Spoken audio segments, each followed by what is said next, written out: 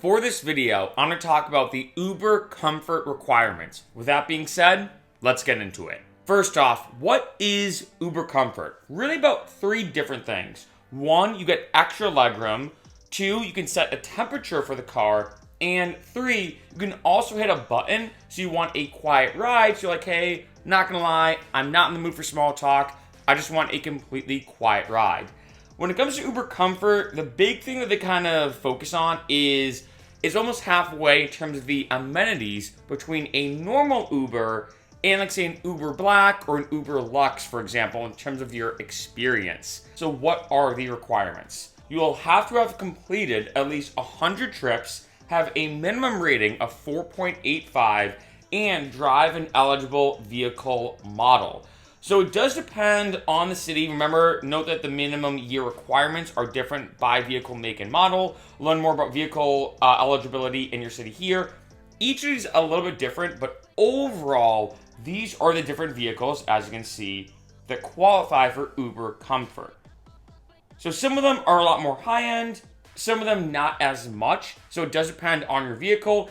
And this list is kind of weird. I've gotten some comments on my videos about Uber comfort of some drivers saying, hey Mark, my car is pretty big. Like, the extra legroom and the other amenities, super easy, yet it doesn't qualify for Uber comfort, even though I have a nice vehicle. Yet some of these other vehicles are smaller than mine, yet qualify. So this list is kind of random, I will say that. But like I said, you have to look at Uber comfort in the middle of regular Uber and Uber Black. Unfortunately, Uber is pretty picky about this vehicle list. I feel like when it comes to their Uber Black and Uber Lux list, it makes sense. You're ordering a Black or a Lux car, you want a luxury experience or a Black experience when it comes to Uber Black.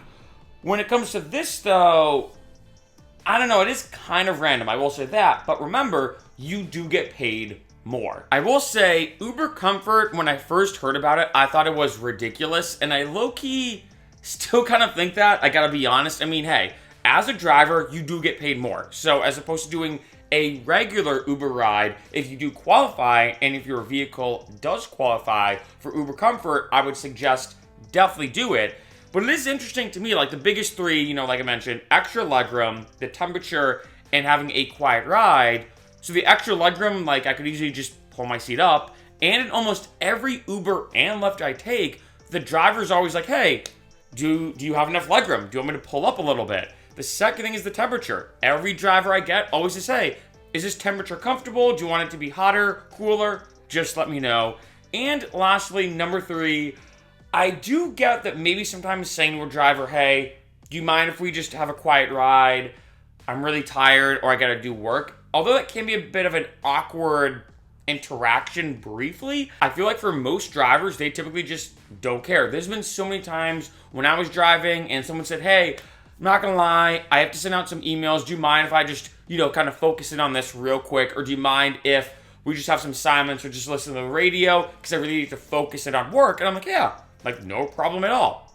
Super easy, super simple. But I do get Uber's goal of maybe trying to make a more affordable, luxury or comfortable experience. Like I said, having that kind of middle ground between Uber and Uber Black and Uber Lux.